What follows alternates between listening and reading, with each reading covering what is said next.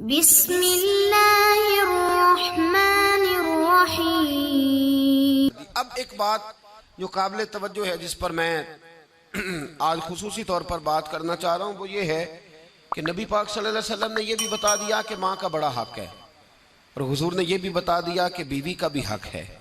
जो तुमने खुद खाना है उसे खिलाना है, जो खुद पहनना है उसे।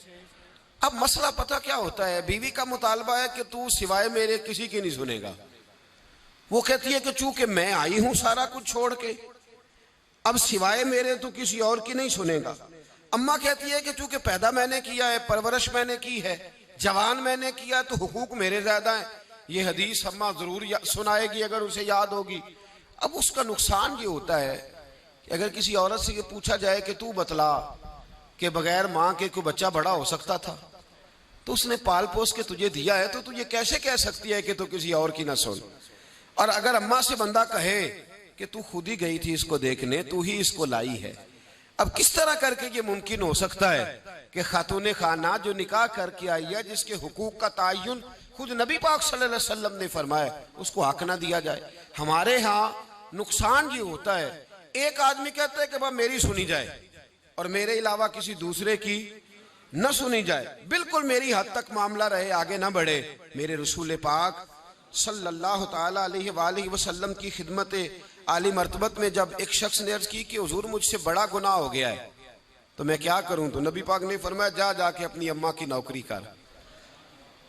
एक कोई ऐसा गुनाह उस सहाबी से हो गया था जो दौरे जाहिलियत का था, शारहीन ने लिखा है। अब वो जिनके हुकूक जाया किए थे वो मिल नहीं रहे थे, या वो दुनिया से जा चुके थे, तो उसने हाल पूछा कि हुजूर अब क्या करूं, तो नबी पाक अलैहिस्सलाम ने फरमाया जा अपनी अम्मा की नौकरी कर, अल्लाह तेरे गुनाह माफ कर देगा। उस सहाबी ने फौरन कहा हुजूर मेरी तो अम्मा पर्दा कर गई, मेरी अम्मा तो विसाल कर गई। तो हुजूर ने एक नया हक बयान फरमाया, महबूब ने फरमाया जा जाके खाला की नौकरी कर, अल्लाह तेरे गुनाहों को माफ फरमा देगा।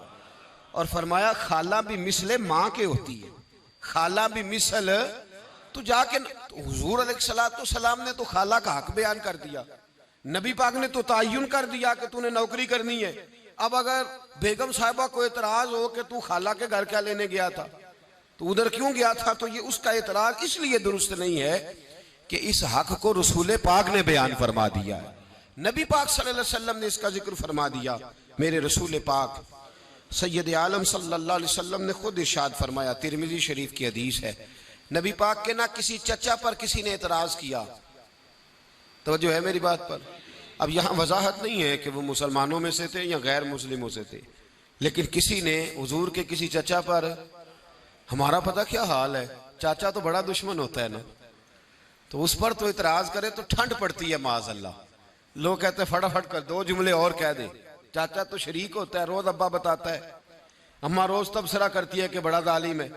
हुजूर के चचा पर किसी ने एतराज किया, ये तिरमिज़ी है, तो नबी पाक सल्लल्लाहु अलैहि वसल्लम ने फरमाया खबरदार, अगर किसी ने मेरे चचा के बारे में मुझे अजियत दी तो उसने मुझे अजियत दी।